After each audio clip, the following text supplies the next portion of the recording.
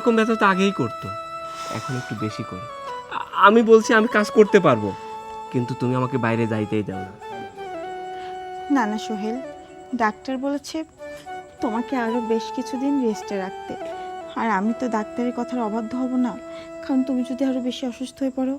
শোনো, তুমি চিন্তা করো না, রাত তো হয়ে গেল, রাতটা শেষ হোক, আমি একটা কাজ করব।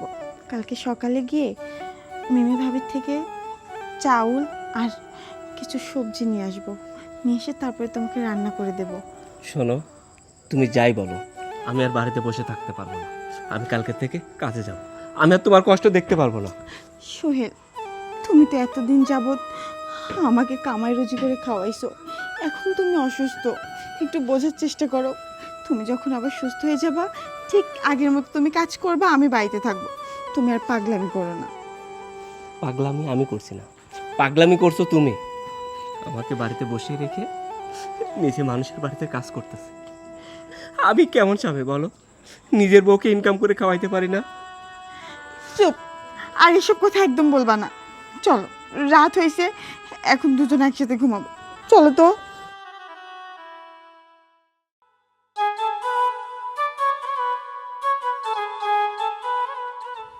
ভাবি, ভাবি, ভাবি, কে? আমি ভাবি। তুই এখানে কিছু বলবি? হ্যাঁ ভাবি, একটু দরকারে আসলাম আপনার কাছে। হ্যাঁ, তো কি বল। আপনি তো জানেন আমি একটা বাড়িতে কাজ করতাম, তো ওই বাড়ি থেকে না আমাকে এই মাসের বেতন দেয়নি, তাই বাড়ির জন্য চাউল ডাউল কিছুই কিনতে পারিনি। বাড়িতে চাউল ডাউল না সব ফুরাই গেছে। বলছিলাম কি, আপনার কাছে আসলাম, আমাকে কয়েক কেজি চাউল দেবেন? আচ্ছা বুঝছি, হয়েছে, থাক, এত হেয়ালি করতে হবে না, দাঁড়া আমি নিয়ে আসি।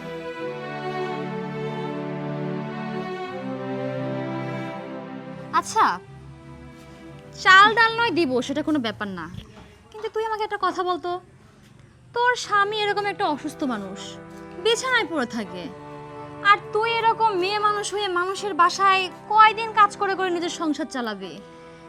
ভাবি, এমন করে বলবেন না।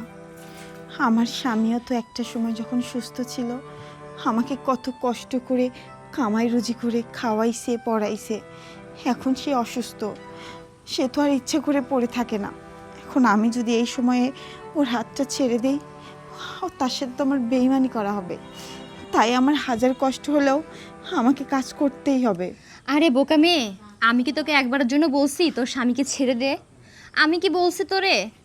আমি তোরে তো এটা বলতেছি, যেহেতু তোর স্বামী যখন সুস্থ ছিল তোকে কামাই রোজগার করে খাওয়াইছে, তাহলে তোর তো আবার তাকে সুস্থ করতে হবে যেন সে তোকে কামাই রোজগার করে খাওয়ায়। তা না হলে তুই মেয়ে মানুষ হয়ে তো সারা জীবন এভাবে সংসার টানতে পারবি না। তাহলে তার থেকে বড় কি, সর্বোচ্চ দিয়ে চেষ্টা কর তোর স্বামীকে সুস্থ করে তোলার। ভাবি, আমার স্বামীকে সুস্থ করতে অনেক টাকা লাগবে। আমি তো যে টাকা কাজ করি সংসারই চালাইতে পারি না, তাহলে আমার স্বামীকে আমি সুস্থ করব কি করে? তুই কি তোর স্বামীকে সুস্থ করতে চাস? অবশ্যই চাই ভাবি। আমার কাছে একটা উপায় আছে। উপায়?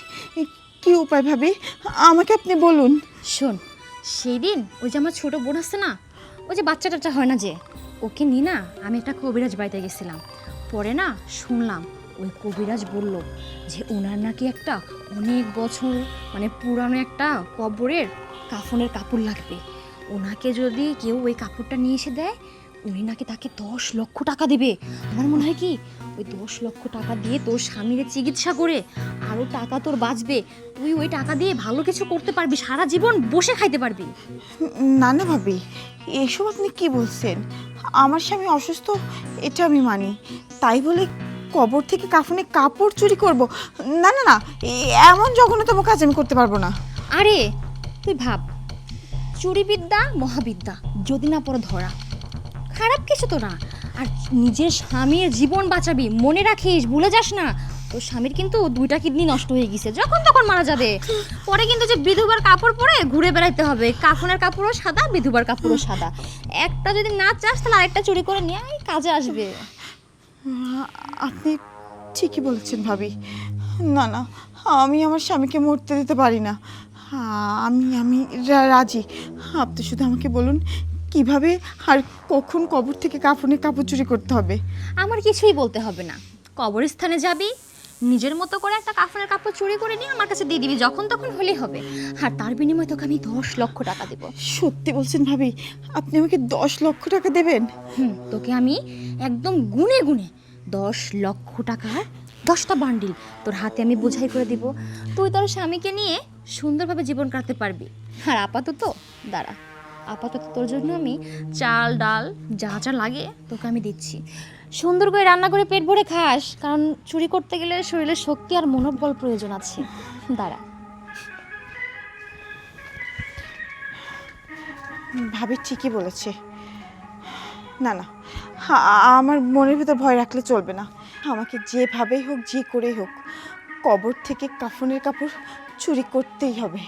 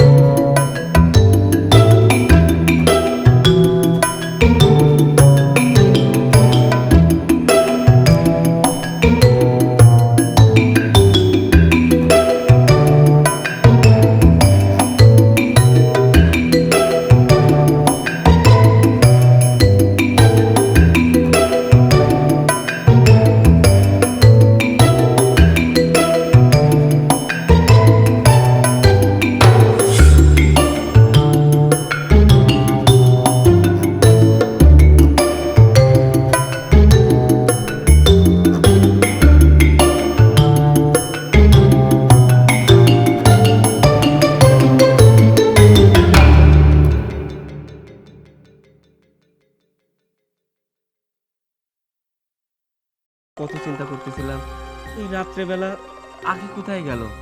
আমি অনেকক্ষণ ধরে এই জায়গায় পায়চারি করতেছি, কিন্তু তুমি নাই। আমি না অনেক টেনশনে পড়ে গেছিলাম। আচ্ছা, আর টেনশন করতে হবে না, এখন তো আমি আসছি। চলো ভেতরে চলো।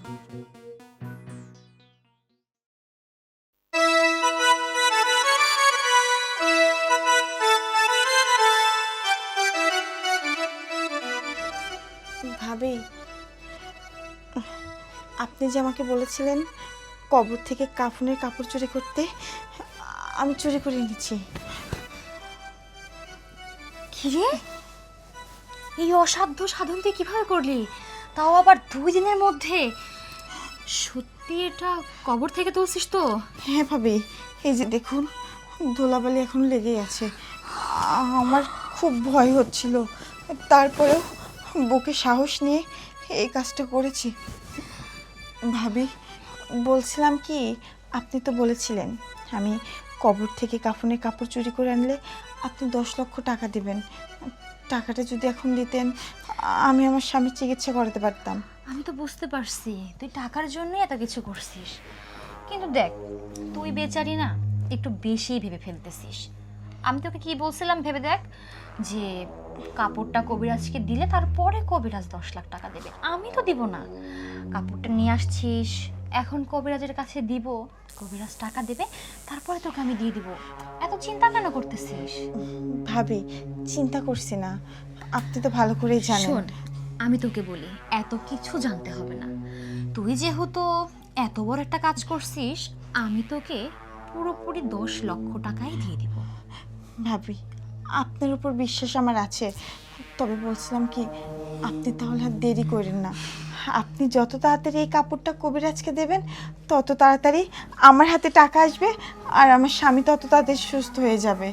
শোন, এই কাপড়টার মূল্য হয়তো তুই জানিস না, তাই বলতেছিস। এত চিন্তা করার দরকার নেই। কাপড় যখন হাতে পেয়ে গেছি, তুই 10 লাখ টাকাও সময় মতো পেয়ে যাবি। ঠিক আছে ভাবি, তাহলে আমি এখন আসি, আপনি টাকাটা নিয়ে এসে আমাকে একটু খবর দিন। তোকে দিব। আর শোন, ঘরে চাল ডাল বাজার কিছু লাগবে? দিলে ভালো হয়। আচ্ছা চল, আমি তোকে আজকে ফ্রিজে গরুর গোশ, মাছ সব কিছু তোকে দিয়ে দেবো। চল।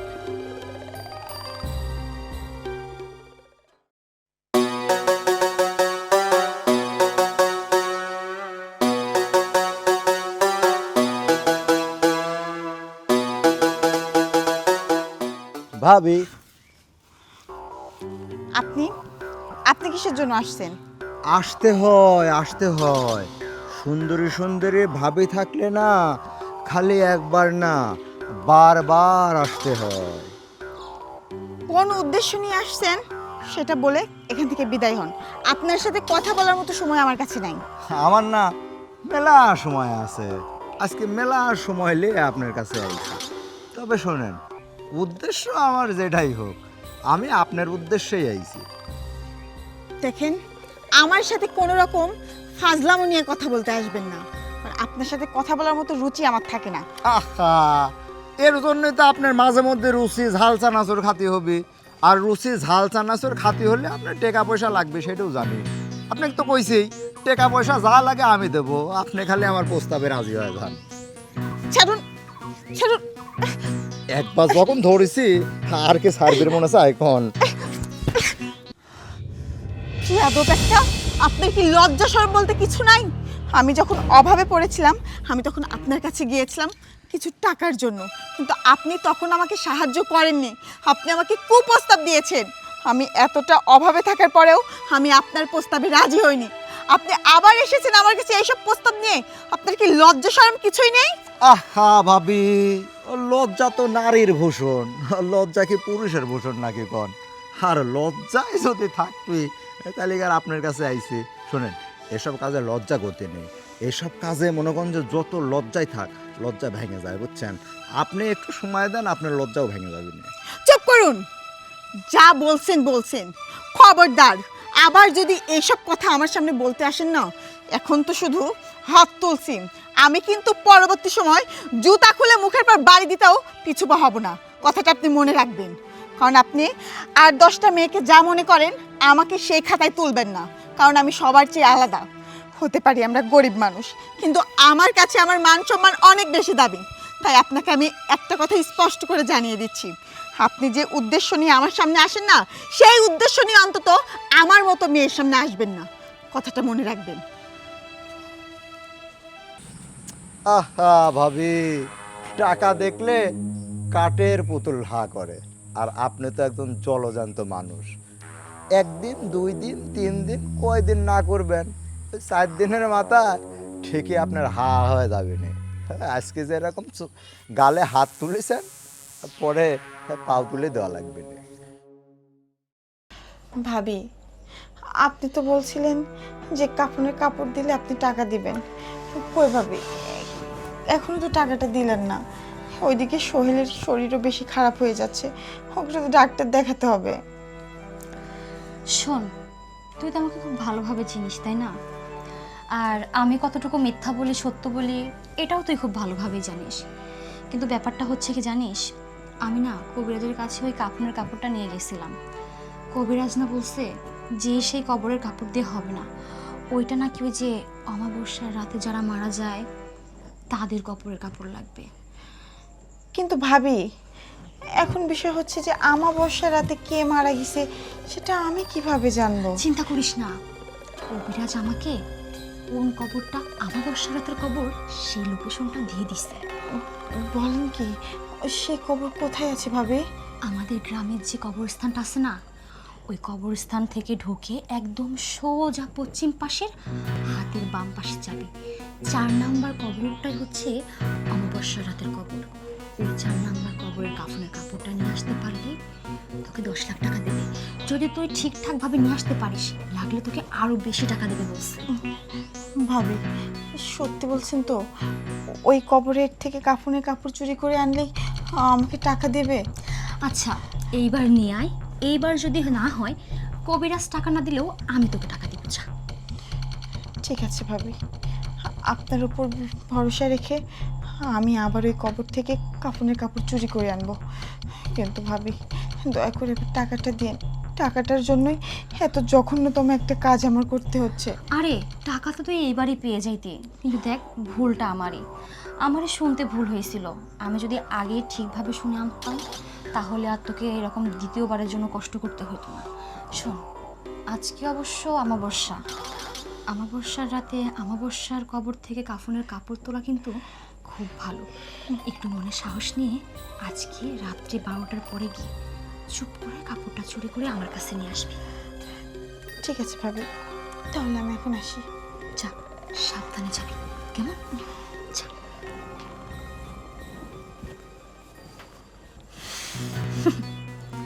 আমার হাতের তুমি দাবার গুটি একটা, তুমি তো পাবা মাত্র 10 লাখ।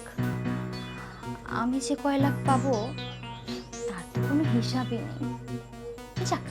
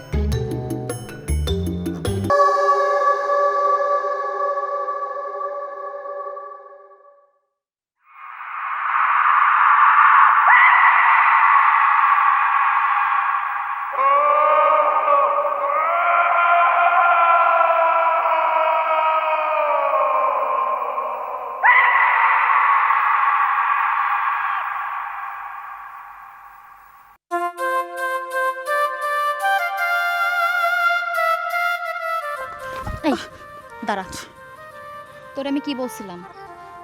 সেই কাজটা করছিস? ভাবি একটু আস্তে কথা বলেন, ভেতরে আমার স্বামী আছে। ও যদি জানতে পারে যে আমি কবর থেকে কাফনের কাপড় চুরি করি, তাহলে অনেক বড় ক্ষতি হয়ে যাবে আমার। আচ্ছা বলি, এতই যদি সাধু সন্ন্যাসী সাজবি, তাহলে এই 10 লাখ টাকার বিনিময়ে কাপড়টা আনতে চাইলি কেন? আর আনছিস যখন, তাহলে এরকম তুলসী পাতা সাজার কোনো প্রয়োজন নেই। তোর কি মনে হয় আমি না তোরে এই একটা কাফনের কাপড় তোলার জন্য 10 লাখ টাকা দিব বলছি? আর এই টাকা দিয়ে তুই তোর অসুস্থ স্বামীকে চিকিৎসা করাবি। আমি তো আমার জন্য বলিনি, আমি তোর ভালোর জন্যই বলছি। ভাবি আপনার কথা আমি বুঝতে পেরেছি, আর আমি তো আপনাকে বলিনি যে আমি আপনার সেই কবর থেকে কাফনের কাপড়টা চুরি করিনি, আমি চুরি করে এনেছি। কিন্তু আমি আপনাকে বললাম যে সোহেল যদি কোনোভাবে বুঝতে পারে, তাহলে ও আমাকে ভুল বুঝবে।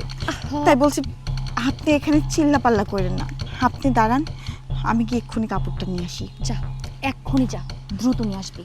আর হ্যাঁ, মনে রাখিস টাকা কিন্তু 10 লাখ। যা।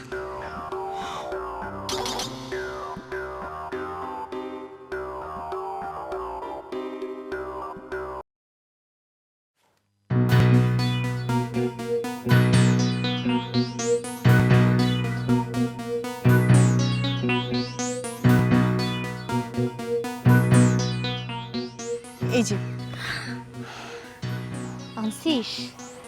হ্যাঁ ভাবি, তবে ভাবি টাকাটা আমাকে খুব তাড়াতাড়ি দেওয়ার ব্যবস্থা করুন। চিন্তা করিস না, সময় মতো ঠিকই 10 লাখ টাকাই পেয়ে যাবে। সিয়া, তুমি এতটা নিজ, এতটা জঘন্য! শেষ পর্যন্ত কবর থেকে কাফনের কাপড় চুরি করলে। এই জঘন্যতম কাজ তুমি কেন করলে? তোমার কি এমন দরকার পড়ছিল? সোহেল, তুমি কি সব বলছো? আমি কেন কবর থেকে কাফনের কাপড় চুরি করতে যাব? আমি কাপড় চুরি করিনি। তুমি যে কাপড় চুরি করছো সেটা আমি সব জানি। জানো মানে কি জানো তুমি? আর কিভাবে বা জানো? আমি কিভাবে জানি সেটা তুমি জানতে চাও? হ্যাঁ সোহেল, আমি জানতে চাই। তাহলে শোনো।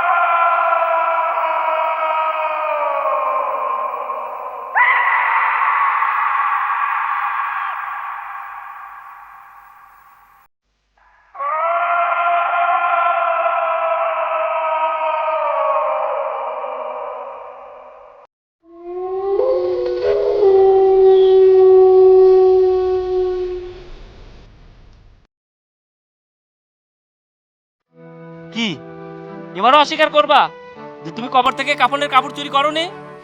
তুমি যখন রাত্রে রুম থেকে বের হতে, তখন আমি ভাবতাম তুমি ওয়াশরুমে গেছো, কিন্তু প্রত্যেক দিনই এরকম করতে। তারপরে তোমার উপর আমার সন্দেহ হয়। আমি তোমার পিছু নিই, আমি পিছু নিয়ে দেখি তুমি কবরস্থানের দিকে যাচ্ছ। শেষ পর্যন্ত দেখতে পাইলাম তুমি কবর থেকে কাফনের কাপড় চুরি করতেছো। সি আকিসি, তুমি এই জঘন্যতম কাজটা কেন করলে? সোহেল, তুমি যেহেতু সব কিছু জেনেই গেছো, তাহলে তোমার থেকে আমি আর কিছু লুকাবো না।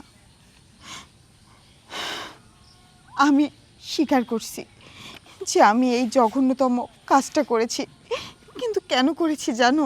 শুধুমাত্র তোমার জন্য করেছি সোহেল। আমার জন্য? আমার জন্য তুমি কবর থেকে কাফনের কাপড় কেন চুরি করবে?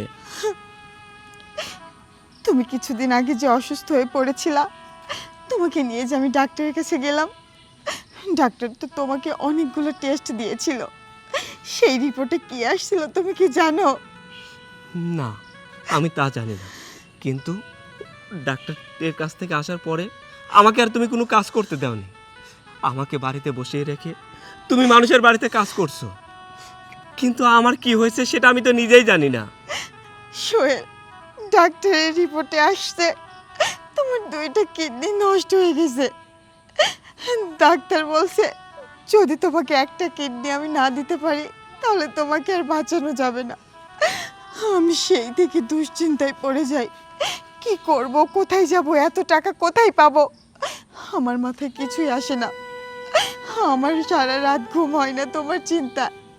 আমি তোমাকে আর ভারী কাজও করতে দেই না, কারণ ডাক্তার বলছে তোমার সম্পূর্ণ রেস্টে থাকার দরকার। তারপরে মিমি ভাবি কাছে আমি সব কিছু বলি। মিমি ভাবি আমাকে বলে যে আমি যদি তাকে কবর থেকে কাফনের কাপড় চুরি করে এনে দিতে পারি তাহলে সে নাকি আমাকে 10 লক্ষ টাকা দেবে। আমি কোনো কিছু না ভেবে রাজি হয়ে যাই, কারণ আমি যতই জঘন্যতম কাজ করি না কেন সেই কাজের পরে যদি তোমার জীবনটা বেঁচে যেত, আমি যদি তোমাকে একটা কিডনি জোগাড় করে দিতে পারতাম, তাহলে আমার এই এত কঠিনতম কাজ কিছুই মনে হতো না। আমি সেজন্য বাধ্য হয়ে এত জঘন্যতম একটা কাজ করেছি সোহেল। এর বাইরে আমি এই কাজ কখনোই করতাম না। তোমার জীবন যেখানে ঝুঁকিপূর্ণ সেখানে আমি এই কাজ না করে কি করব বলো? আখি, তুমি আমাকে এত ভালোবাসো, বিশ্বাস করো আমি নিজেই জানতাম না আমার এত বড় কঠিন একটা রোগ হয়ে গেছে। হ্যাঁ, আমার শরীরের মধ্যে অনেক দুর্বল লাগতো, আমি কোনো ভারী কাজ করতে পারতাম না, আমার পেটের মধ্যে অনেক ব্যথা করতো, কিন্তু আমি ভাবছিলাম হয়তো অন্য কারণে আমি অসুস্থ হয়ে পড়ছি। কিন্তু আমার যে 2টা কিডনি ড্যামেজ হয়ে গেছে সেটা তো আমি জানতাম না। আখি, তুমি আমাকে বাঁচানোর জন্য এত বড় একটা কঠিন কাজ করছো, যে জায়গায় তোমার জীবনটাও তো শেষ হয়ে যাইতে পারতো, তোমার জীবনেরও বড় একটা ক্ষতি হয়ে যাইতে পারতো। তুমি নিজের জীবনের কথা না ভেবে আমাকে বাঁচানোর চিন্তা করে এরকম কঠিনতম কবর থেকে কাফনের কাপড় চুরি করলে। আখি, এটা তো জঘন্যতম কাজ। আমি চাই না এই কবর থেকে কাফনের কাপড় চুরি করা টাকা দিয়ে চিকিৎসা করে আমি বেঁচে থাকতে চাই না। আল্লাহ আমাকে যে কয়দিন বাঁচিয়ে রাখে আমি এমনিতেই বাঁচতে চাই। আখি, তোমার ভালোবাসা থাকলে আমি মরবো না। আখি, তবুও তুমি এই জঘন্যতম কাজটা করো না। সোহেল, আমি তো যা কাজ করে ফেলেছি, এখন তুমি হাজার বললেও আর উঠে আসবে না। আমি তোমার চিকিৎসা করাতে চাই সোহেল, তুমি আর অমত করো না।